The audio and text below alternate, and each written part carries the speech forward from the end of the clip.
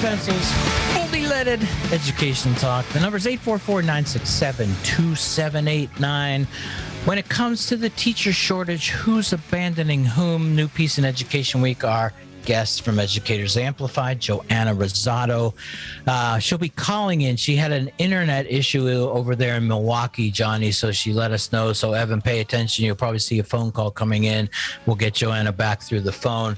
But Johnny, you know, we're talking about the system, and one of the things that Michael Fullen and Joanna do in this piece is lay out, you know, two kind of places where we're gonna either end up or, you know, be there, or we can choose. And we think about this. There you are. You're back there, Joanna Rizzoto. Yay! Oh Crazy man, issues tonight.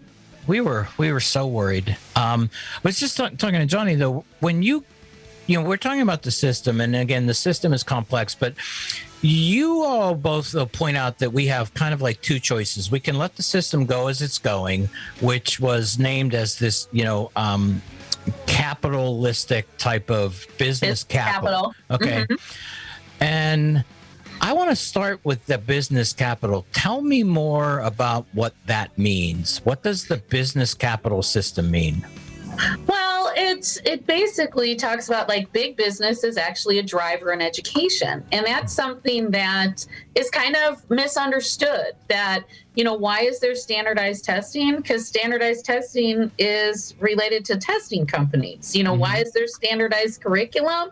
Like there's all money and there's all profit in that. Like, again, you guys are professors. Like, professors of education aren't going to say, what are the best ways for your children to learn? Have it be heavily standardized and fill in the bubble. Like, so, you know, our education system is heavily driven by big business. And you can even think about the whole one-on-one computer initiative, where we have the American Academy of Pediatrics saying screen time limited for young children and their development. Yet on the other hand, we're like, we're happy to put a device in every hand. And so just pointing out that a lot of decisions within education, or a lot of the things happening, are connected to other things in our society and our economy, and that it's kind of been like big business is a driver. And there's a different way of looking at things from that perspective versus from a human functioning perspective. Yeah, because we'll get to that, the human functioning, Johnny. But, you know, the piece where they're talking about, I mean, okay, somebody might read this piece and go, okay, whoa, you just went too far there, Rizzoto and Fullen. Artificial intelligence, AI, and machine learning being the end result of the business capital model. Tell us more about that. We got to know. What do you mean AI? What do you mean machine learning? Come on. Well, just how things are automated. You know, even right now, we have some real issues, right, with student privacy and the amount of like programs and machines that are used and are intertwined with our school system. And then this bigger idea that, you know, all of this is actually relatively new, right? Like technology is new, AI is new. And if we don't approach it with caution, you know, we don't know what the effects are going to be exactly. Well, we kind of do. Like I said, it came later. Like we were like, hey, let's put a device into every kid's hand. And then we're like, wait a second. That actually impedes some development. So maybe we shouldn't. And so just, you know, the path is like, we like what's new and what's cool, but we don't know that necessarily aligns with human development. You know, the human part, we're going to get there. We got to stay on this. Johnny, what do you think? Artificial intelligence, machine learning, business capital, or Rizzoto and Fullen onto something there? Yeah, I think it's important to bring into the conversation, because I think there are people in decision-making positions who believe that there is an automated way to replace teachers, or to like really de-skill the labor or the craft apprenticing that it takes to be a good teacher. And so I think we have to really like not tiptoe around those realities. I think what we know is, even in places where we've taught with technologies that include artificial intelligence technologies that include that young people still require a connection to a teacher. And so this is an irreplaceable role in our society. So it's, again, it looks good and sounds good on paper, but in all ways where it's been enacted or experimented on, it falls flat. And it still requires a really great teacher mediating that experience with that inanimate, as intelligent as it can be, the inanimate object that's trying to be a facilitator of learning. Humans learn from other humans and from other living species. I know that sounds wild, but it's actually time and time again there, kind of the crux of this. So I think it's important that they bring it in, because I think there are certain tools of technology that do help us in our classrooms, but in all those cases, we are irreplaceable. And the only thing that can happen, though, is that our irreplaceable labor is devalued to a point where lots of people leave. And we're going to talk about that irreplaceableness when we get back. Busted Pencils, fully loaded, Joanna Rizzoto, Education Week, back at the break. Ultimately, second, the Republican Party is the party of murder and the party of death. I am a proud FDR Democrat. The one thing I'd like to bring into this conversation is the fact that you do have certain referendums that are increasing money that's going into education, but then they're starting to cut the teachers' either pensions or cut teachers' insurance, or not giving the benefits to the teachers. They're giving them to, again, the higher ups within the organization. Now teaching's becoming like school, or I'm sorry, school is becoming like, business and like medical. It's all getting corporatized, and it's really, really a big problem. And I hope to hell they can fix it. Well, Joanna, so Tom's hearing you. It's the business model. I saw you, because we get the pleasure of seeing Joanna. You had some reactions there. Well, when Tom really talked about the disproportionate of where do money and benefits go, I know something that we've experienced here in Wisconsin is because our budgets are always so tight, districts have been more inclined to make one-time purchases and investments rather than ongoing investments. Mm-hmm. And so the one-time purchase or investment is often, like you said, it's products. So there's been this big investment in products versus the ongoing costs related to people. So there was something he said that lit that up for me about, like, where are things going? Well, you said that too, and you say, products over people. And then, and so Tom, the shifting funding, when there is extra funding, and Joanna, I appreciate the way you put that in there to let us know that when you do see some extra funding right now, the fact is that I wouldn't even say it's an investment. It's just a one-time purchase of a product, because we're not passing it on to professional development the longer, the development of teachers, the development of children. We're purchasing products, which really fits in line with this business capital model that you and Dr. Fullen kind of lay out in this piece of going, hey, if we're wondering about why teachers are demoralized, and if we actually listen to them, we'll start to hear that teachers are saying, I don't want any more products. I want to be back. Go ahead, Joanna. Well, it's become imbalanced. Just how when we get really standardized with students, it became imbalanced, that then we weren't really meeting well enough their physical, emotional, and social needs. It's been imbalanced. And so now we've got to get balanced again, because that's ultimately what we say. We say, how do you work in partnership? How do you use the best parts of technology with humans, with professionals, with, the aspects of how teaching and learning actually occurs. And we have more of that information now. So, we've become imbalanced. Educators have been sounding the alarm for a long time, because that's another part of the article where we said this moment is kind of inevitable. And we, and Michael and I in our discussions would just keep coming back to, I'm like, you could put the best things out there, but in this system, it won't last. It won't stay, and it reminds me of like when, if a school is having some real issues with students with intensive needs, which in a way to me just means like kids are stressed out in general. And if we don't have conditions in a school that bring stress down, but rather alleviates it, just throwing in one little unit on here's your emotions isn't going to make a big difference. You've got to build a system around that. And so that's what we're saying, is that there's been a lot of kind of one-off solutions presented to the teaching profession and to schools as institutions, but without that being aligned and coherent overall, it's really not making an impact. We've been focused on external things rather than internal things, and all externals actually have an internal start or base. Oh man.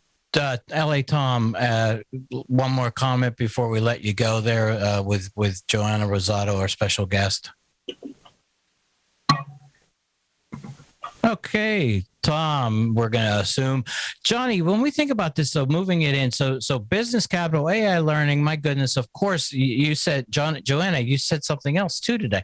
Staying. Why aren't people staying? I like that word, right? Because we have a staying problem. However, the teachers that are staying, though, like you, when we think about, though, what's the alternative? And this is where you and Michael Fulham put this together. If we want to disrupt the system, you got to give us something to disrupt it with. And in this piece, you give us another way to view the world. And we've been hinting at it, but Joanna, take it away and tell us, if we're not going to do business capital, what do we need to do? Well, we talk about a humanity-based learning system. And very simply, it can start by truly listening and observing kids and the people within the system, and what are their needs and what are they describing, and working with them. It talks about that human functioning would be our measure, and so, that would mean harmony, balance, people able to focus, people able to be productive, have healthy relationships, all of that would be occurring. Whereas we saw the opposite. When we came back from the pandemic, we heard a lot of stories about the kids kind of being disoriented in a way, right? And having difficulties with social adjustments. And I think it was just because the conditions mismatched with what they actually really needed, because we just put that old system that is kind of compliance heavy right in their faces, Gosh, I love reading these stories now about how teachers will give examples of how kids were doing the behaviors of the grade that they last were in school. I just read something, where it was about they noticed 8th grade students doing duck, duck, goose. And the teacher was like, wow, kids this age really don't do that, but that there really has been this gap. I know I noticed it in my own daughter. And so, and then when we came back, we still treated it as nope, you're in 8th grade and here's the standard. So again, that's kind of a specific example, or I hope I hope it brings some specificity to the human functioning would be a measure then of how well are we doing? Are there conditions so that kids can settle and focus and engage deeply in their work and with each other? Johnny Lupinacci, I see you looking there, buddy. I'm just taking it all in because I'm energized and inspired not only by this article, but by Joanna's reminding us, that there is a real upswing on this. We have a tremendous voice, collective voice as teachers, and as we're coming back to the classroom, that we turn our attention and energy to those spaces being the best possible places they can be, while we're communicating out to the general public and to those decision makers who are part of that system and the man, right? That not only can we do things differently in our classroom, but y'all can do a whole lot to support that difference, right? And that will go a long way to meeting the needs of all the children in these classrooms and their families. So I get inspired. I'm honored to have Joanna on the show, but even more so to be able to share the piece with so many folks going back to the classroom in the coming weeks, and really with a lot of trepidation, a lot of exhaustion, a lot of fear. Like, hey, how are we going to do this? Are we ready? Did we even breathe? Did we even catch our breath this summer? And as we're coming back to the fall, might things be not easier, because there's never an easy day in any classroom, but might they be different? And may our leaders have heard us speaking on behalf of things can be different, and they really need to be. So as we head back in, it's a wonderful piece. And Joanna, you spoke to that tonight. Thank you for being here on the show with us. Thanks for having me. Well, we appreciate it. And LA Tom, you are still there. LA Tom, we're going to let you jump back in here. Tom, what are you thinking about now that you've heard more wonderful wisdom from Joanna Rizzoto? Well, I just think, number one, we need to quit this automation thing of everything, because this is making us detached from each other. It's making it so there is more violence, I believe, in this country. There is more hiding behind keyboards and all these different things and shooting up. There is no one-on-one human connection anymore. And I'm telling you, that is going to be the downfall of our humanity in a major, major way. And what I was also going to say is that, we need to take care of the teachers that are retiring rather than, breaking promises that were made to them. I know in the Eau Claire School District that has been an issue. Where they've gone and changed the insurance plans and things like this that basically made it so teachers weren't getting as much security as they used to. That was one of the main reasons people went into teaching.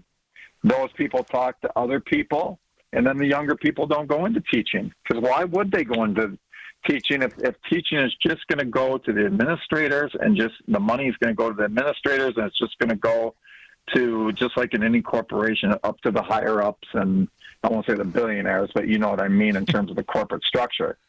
So people need to start getting back down to reality, stop trying to really and truly reinvent this wheel, and really and truly start going back to the basics of what teaching was. They should look at Iceland, and they should look at places like that where they had the worst schools in the world, and now they're the number one schools in the world.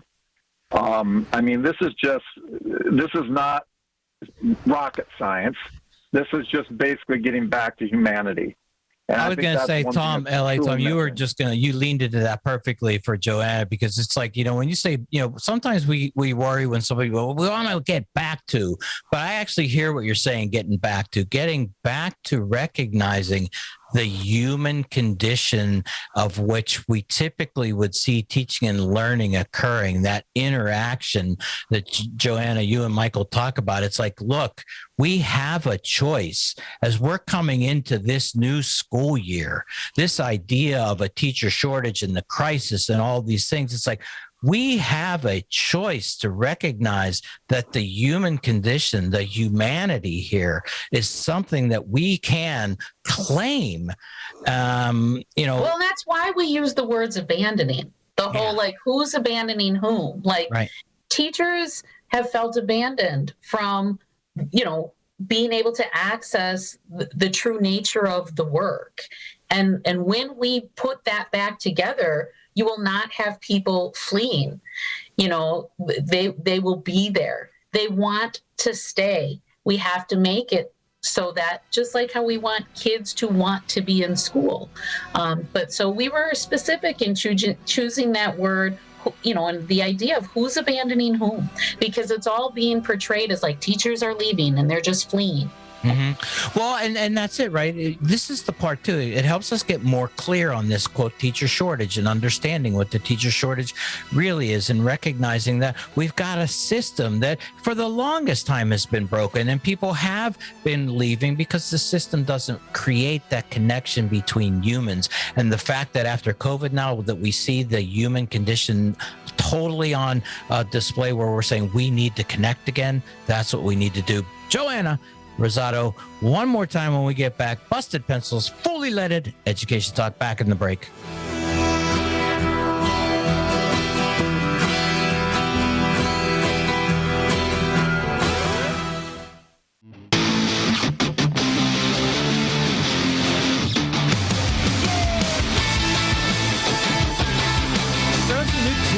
Tonight, Busted Pencils, fully leaded education talk. LA Tom, thank you for your call. Last time, 844-967-2789. When it comes to the teacher shortage, who's abandoning whom? Joanna Rizzoto, Educators Amplified, co-author of this piece in Ed Week. Oh man, we've been kind of putting this out there and saying, like, what an opportunity as we come back to school to really say, look, the system, the machine, Pink Floyd said this, let's throw those out. Let's move away. Let's reclaim. Let's take advantage of it, recognizing teaching and learning is probably one of the most base human interactive connective opportunities. And so when we think about this, I said, I really want people to recognize what, for me, this helped to go is when we talk about solutions, of which Johnny and I typically criticize, most of the solutions for the teacher shortage, when we hear that, hey, anybody can teach, in fact, it's such a crisis right now. In fact, we need to let anybody teach.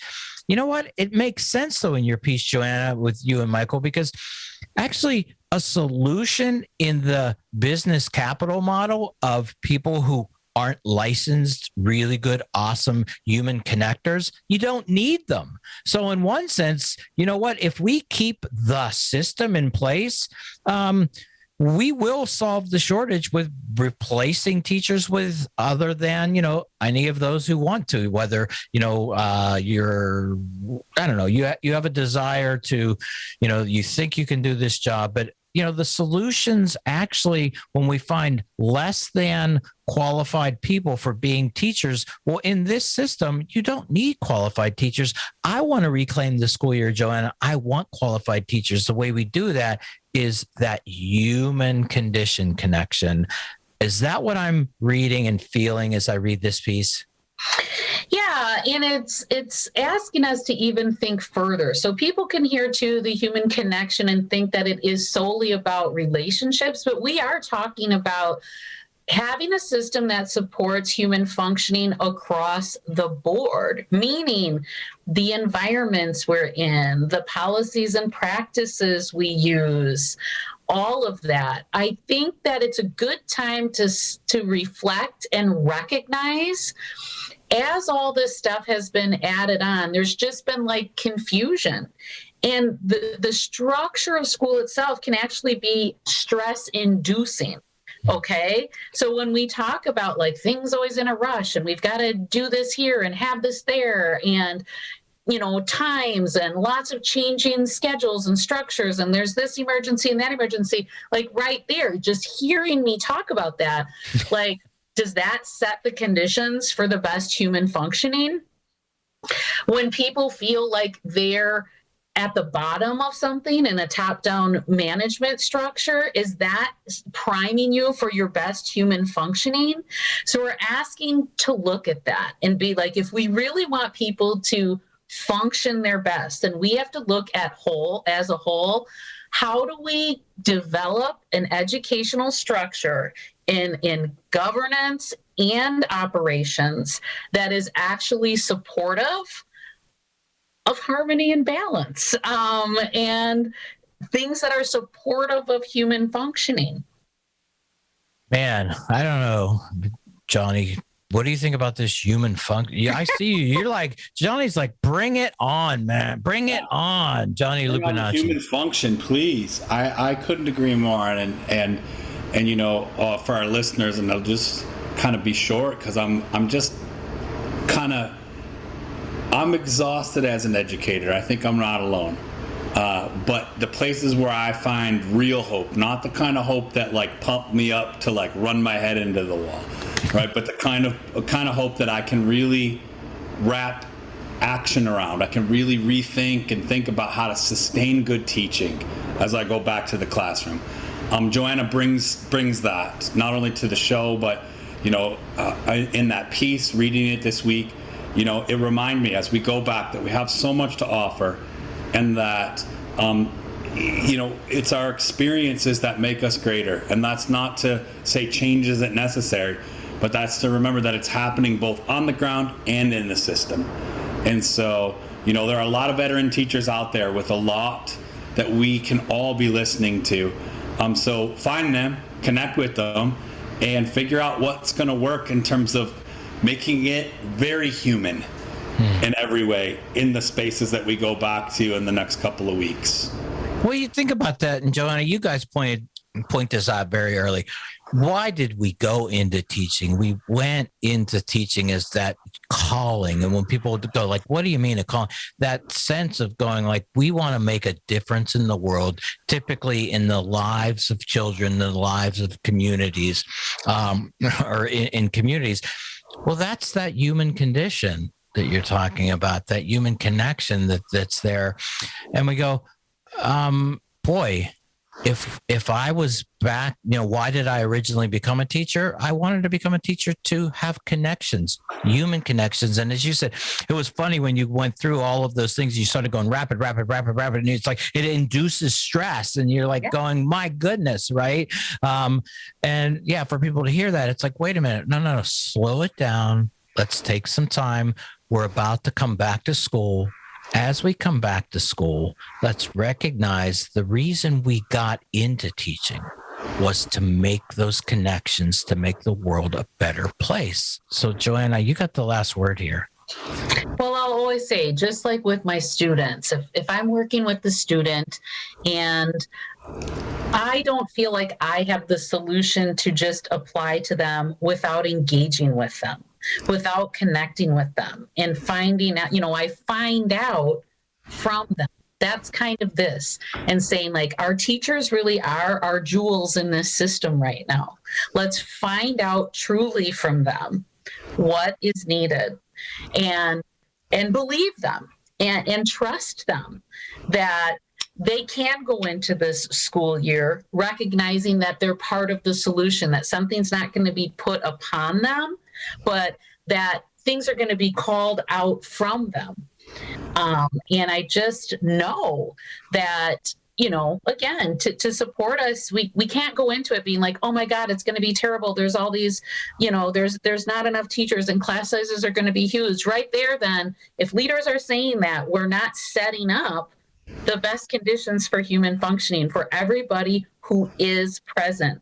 I look at the gifts in my students. That's what I'm looking for.